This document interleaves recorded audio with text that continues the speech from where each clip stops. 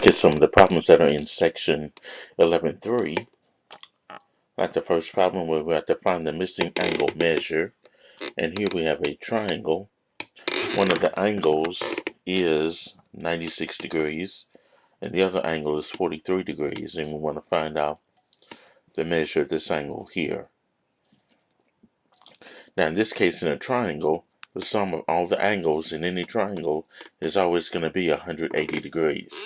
So in this case here, we're going to take 180 and subtract from it the sum of the two angle measures. The other one was 96 degrees and the other one was 43 degrees.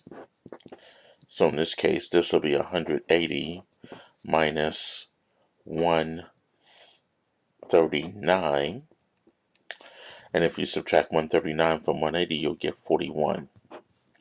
So that means that the measure of the missing angle in this case will be 41 degrees. And that's what x is going to be equal to in this case. Alright, number 2 is use the figures to determine whether the indicated lines are parallel and indicate why or why not. Now for this first figure right here, we're going to be able to answer this question. Are M and N parallel lines? Why or why not? Okay, let's see. We know that angle X has a measure of 31 degrees and angle Y has a measure of 149 degrees. And here we're given a choice of answers here. Whether no because the corresponding angles are 31 degrees each, no because the adjacent angles are supplementary, yes because the corresponding angles are 31 degrees each, and yes because vertical angles are 31 degrees each. Okay, the only type of angles that will make the two lines parallel will have to be corresponding angles, so it's either going to be A or C. Okay, let's take a look. Angle X, which is this angle right here, is 31 degrees. This angle right here, which is also labeled angle X, is 31 degrees. These two angles here are considered to be corresponding angles. And there is a theorem that says if you have corresponding angles equal when you have two lines that are cut by a transversal, and those corresponding angles are equal, that means that the lines are going to be parallel. So in this case here, M and N are parallel. So in this case here, they would be parallel because the corresponding angles each have a measure of 31 degrees. So in this case, I will select C.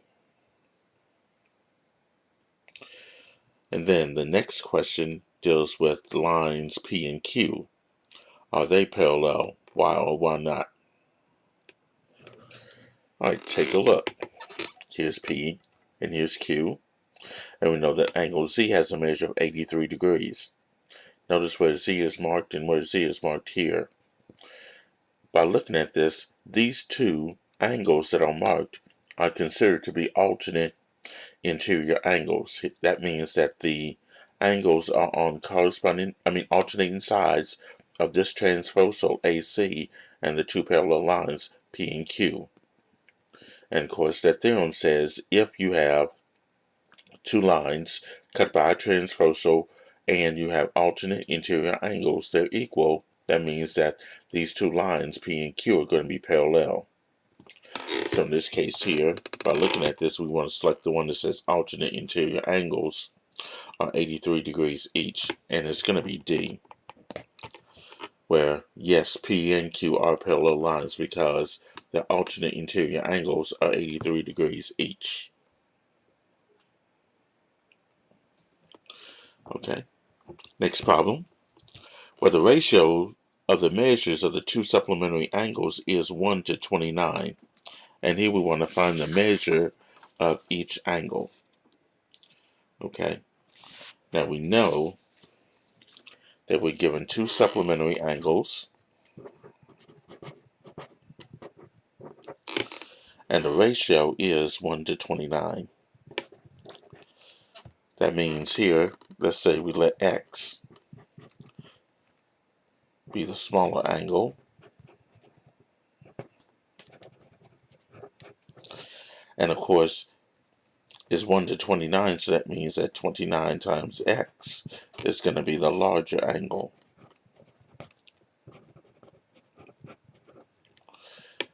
Okay, now I'm just letting 1x be the ratio of 1, so that's going to be the smaller angle, and 29x be the larger angle.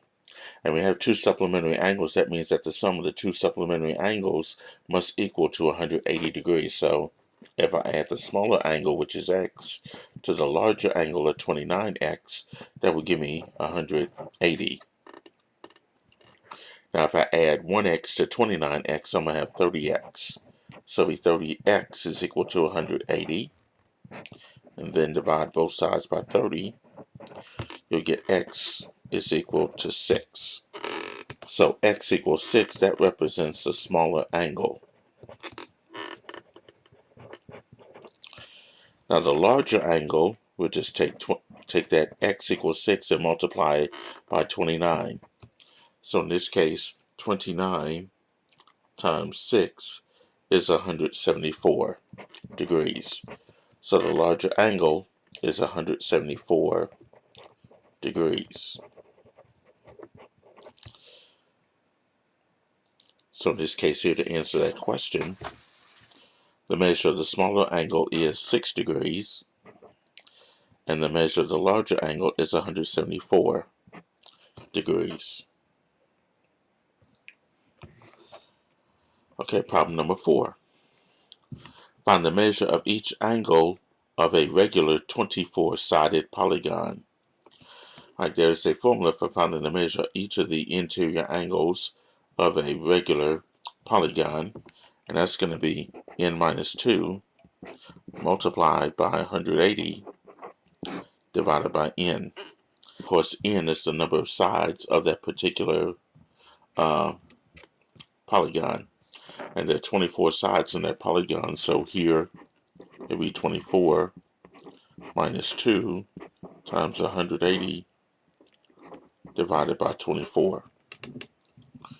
And to simplify this, 24 minus 2, that'll be 22 times 180 divided by 24. And doing this on the calculator, if I do 22 times 180 and then divide that by 24, I will get 165 degrees. So the measure of each angle, each of the angles of a regular 24-sided polygon, is 165 degrees.